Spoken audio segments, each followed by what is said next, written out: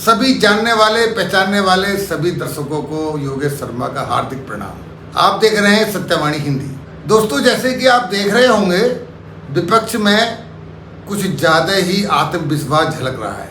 राहुल गांधी पूरे जोर में हैं और उत्तर प्रदेश की सबसे बड़ी पार्टी समाजवादी पार्टी के मुखिया अखिलेश यादव कुछ ज़्यादा ही जोश में है। जोश में कई बार आदमी होश भूल जाता है। जोश में कई बार ऐसे काम भी हो जाते हैं कि जनता में उसका गलत मैसेज जाता है। जैसे कि अभी हम बात करें जो बांग्लादेश में हुआ, वहाँ हिंदू मंदिर तोड़े गए, हिंदुओं को मारा गया, हिंदू स्त्रियों के साथ में बलात्कार हुए।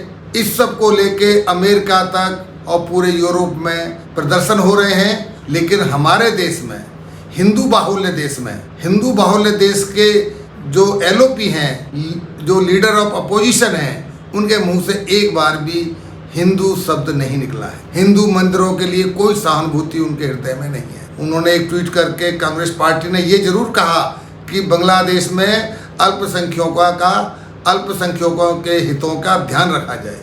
अल्पसंख्यक हिंदू कहने में लगता है जैसे बहुत बड़ी शर्म आती है। तो ये जाहिर है कि विपक्ष खास तौर से राहुल गांधी का हिंदुओं के प्रति क्या रवैया है, ये स्पष्ट हो चुका है। क्योंकि जैसे मैंने बताया कि अति आत्मविश्वास भी कई बार घातक होता है और कुछ ऐसे ही दौर से कांग्रेस पार्टी गुजर रही है। अब हम बात करते हैं बांग्लादेश में जो हुआ, इसके पीछे क्या कारण थे। दर्शकों, ये बहुत ही गहराई से समझने वाली बात है।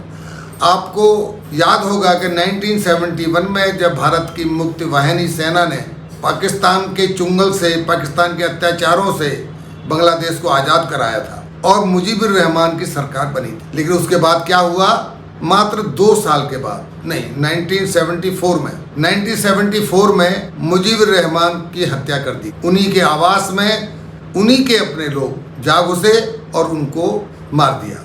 जहाँ तक ये जानकारी हुई, इस पर प्रश्न उठे कि इसमें CIA का बहुत बड़ा हाथ था। CIA जो अमेरिका का एक खुफिया संगठन है, वो ऐसे छोटे छोटे देशों को जो उसके चुंगल में नहीं होते हैं, उनको अस्थिर करने का काम करता रहा है। किसी भी देश में अगर अमेरिका के कदम पड़े हैं, वो देश का सर्वनाश हुआ है। हमारे आगे बहुत सारे उदाहरण हैं, जैसे इराक है, वियतनाम है, लीबिया है। जिन देशों में उसने पैर रखा और बिला वजह उन देशों को नष्ट कर दिया। कुछ एक ऐसा ही जो अभी हुआ है शेख हसीना के साथ बांग्लादेश में, उसको भी इस दृष्टि से देखा जा सकता है। अभी 4 महीने पहले ही शेख हसीना ने इस ओर इशारा कर दिया था कि अमेरिका की सरकार बांग्लादेश को अस्थिर करना चाहता है, और वही हुआ। लेकिन मुजीबुर रहमान के समय में हिंदुस्तान ने भी काफ़ी आउटपुट दिए थे।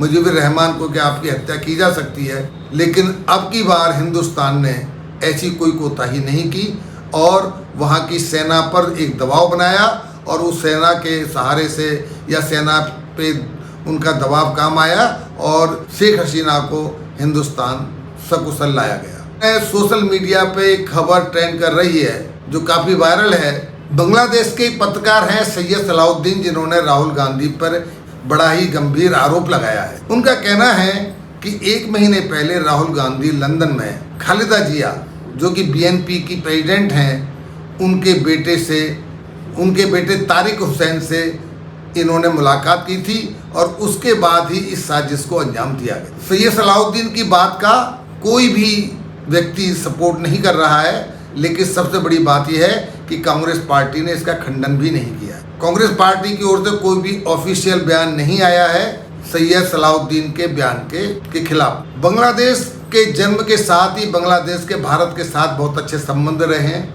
जिसकी वजह से पाकिस्तान और चाइना और अमेरिका तीनों ही बांग्लादेश से कभी भी खुश नहीं रहे। पाकिस्तान की हर संभव कोशिश रही कि पाकिस्तान वहाँ की चुनी हुई सरकारों को हटाए और वहाँ पर अस्थिरता पैदा करे। वो कामयाबी पाकिस्तान की ISI को अब की बार मिली है और यह भी आरोप है कि चाइना का भी इसमें रोल है, जिसकी वजह से ये सब हुआ है। क्योंकि आपने देखा होगा कि दंगाइयों ने जो बांग्लादेश की आज़ादी के पुरोधा थे मुजीबुर रहमान, उनके स्टैचू को भी तोड़ दी और वो म्यूजियम जिसमें मुक्ति वाहिनी सेना के, भारतीय सेना के उस समय के 1971 के बहुत सारे सबूत रखे गए थे, बहुत सारी ऐसी कृतियाँ बनाई गई थी जिससे उस युद्ध के बारे में लोगों को पता चलता। उस म्यूजियम को भी नष्ट कर दिया गया। ये सब वहाँ के दंगाइयों का भारत के प्रति व्यवहार प्रदर्शित करता है। अब मित्रों हम बात करते हैं भारत की। भारत में क्या चल रहा है? भारत में बांग्लादेश को लेके मोदी सरकार बहुत गंभीर नजर आ रही है, पहले दिन से ही बहुत ही गंभीर नजर आ रही है। वहाँ हिंदुओं की हत्या पर और मंदिरों को तोड़े जाने, यहाँ की सरकार बांग्लादेश की सरकार को, जो मौजूदा सरकार है, उसको निर्देश दे चुकी और उनसे आग्रह किया है कि हिंदुओं की संपत्तियों की, उनकी जान की रक्षा की जाए। और बांग्लादेश ने भी ये आश्वस्त किया है कि भारत उनका पड़ोसी देश है, भारत के साथ वो संबंध अच्छे रखना चाहते हैं, लिहाजा इस पर काम किया जाएगा। वहाँ के प्रधानमंत्री ने प्रतीक के रूप में हिंदू मंदिरों का दौरा भी किया। लेकिन सवाल ये उठता है कि भारत में विपक्षी दल जो कर रहे हैं उसमें आपने सुना होगा कि सलमान खुर्शीद जो कांग्रेस के बहुत बड़े वरिष्ठ नेता हैं, वो कह चुके हैं कि जैसा बांग्लादेश में हुआ है वो भारत में भी हो सकता है। यानी उन्होंने आशंका नहीं, एक तरह से ये कन्फर्मेशन दी है कि भारत में भी ऐसा होगा। और ये मामला अभी धीरे धीरे सुलग रहा है, अभी शांत है, यहाँ भी ऐसा हो सकता है। मित्रों, किसी भी देश को अस्थिर करने के लिए दो बड़े कारक तत्व होते हैं। पहला होता है कि उस देश की अर्थव्यवस्था इतनी कमजोर हो जाए, उस देश की अर्थव्यवस्था इतनी नीचे चली जाए कि लोगों को खाने, पहनने और दवाइयों के लिए पैसा न रहे और लोगों में असंतोष फैल जाए। भारत में तो ऐसी स्थिति अभी नहीं है। या दूसरा ये होता है कि किसी समुदाय विशेष का कि धार्मिक भावनाओं को इतना भड़का दिया जाए कि वो सड़क पर उतर जाएं और चारों तरफ तबाही फैला दें। जहाँ तक इस तरह की धार्मिक उन्माद की बात है तो ये स्पष्ट है कि हिंदू कभी भी इस तरह की स्थिति में नहीं आता है। हिंदू अपनी धार्मिक भावनाओं को संयम में रखता है, कंट्रोल में रखता है, सहिष्णु होता है। लेकिन ऐसा मुसलमानों के द्वारा किया जा सकता है। ऐसा कई देशों में हुआ है और भारत में भी कई मौक़ों पे ऐसे प्रदर्शन होते रहे हैं। जो देश की आर्थिक स्थिति है अभी बड़े मजबूती के दौर से गुजर रही है। यहाँ FDI भी अच्छा आ रहा है, यहाँ की शेयर मार्केट भी बहुत अच्छी थी। लेकिन हिडनबर्ग जैसी एक फर्म के रिपोर्ट के आधार पर विपक्ष ने उसको इतना तूल दिया ताकि यहाँ की शेयर मार्केट क्रैश कर जाए और यहाँ पे तबाही फैल जाए, भारत की आर्थिक स्थिति किसी तरह कमज़ोर हो। हिडनबर्ग के बारे में भी थोड़ा बात करते हैं। ये भी अमेरिका की ही कंपनी है, ये ध्यान रहे, ये भी एक अमेरिका की कंपनी है जो पूरे संसार में ट्रेडिंग करती है और वहाँ की जो इकोनॉमी होती है उसके ऊपर रिपोर्ट निकाल। इसकी रिपोर्ट्स अभी तक, इसका जो अभी तक का रिकॉर्ड है बहुत ही संदेहपूर्ण रहा है। अपने फायदे के लिए ये कंपनी कुछ भी करती है। अब भारत में जब इसने शुरुआत जब हुई हिंडनबर्ग की रिपोर्ट के आधार पर अदानी के ऊपर इल्ज़ाम लगाए गए तो यहाँ की जो सेबी जो सभी निवेशकों के हितों का ध्यान रखती है उसने एक्शन लिया और हिडनबर्ग से कुछ सवाल पूछे। हिडनबर्ग ने उन सवालों का जवाब न देकर उल्टा सेबी चीफ के ऊपर इल्ज़ाम लगा दिए और उन्हीं को कटघरे में खड़ा करने की कोशिश की। लेकिन यहाँ गौरतलब बात यह है कि सेबी चीफ ने और उनके पति ने उनके बड़े स्पष्ट जवाब दिए और अपने आप को निर्दोष बताया। जो नोटिस सेबी के द्वारा हिडनबर्ग को दिए गए थे, क्या हिडनबर्ग को उनका रिप्लाई नहीं देना था? लेकिन रिप्लाई नहीं दिया।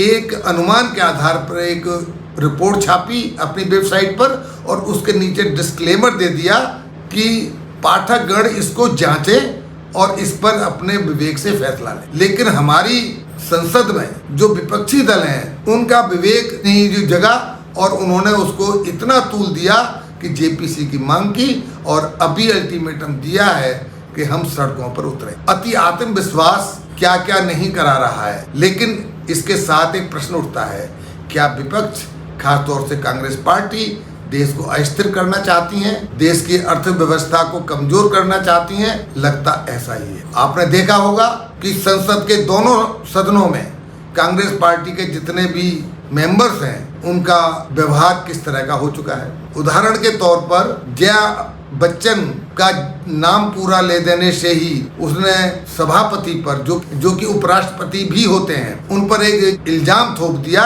कि आपकी टोन सही नहीं है।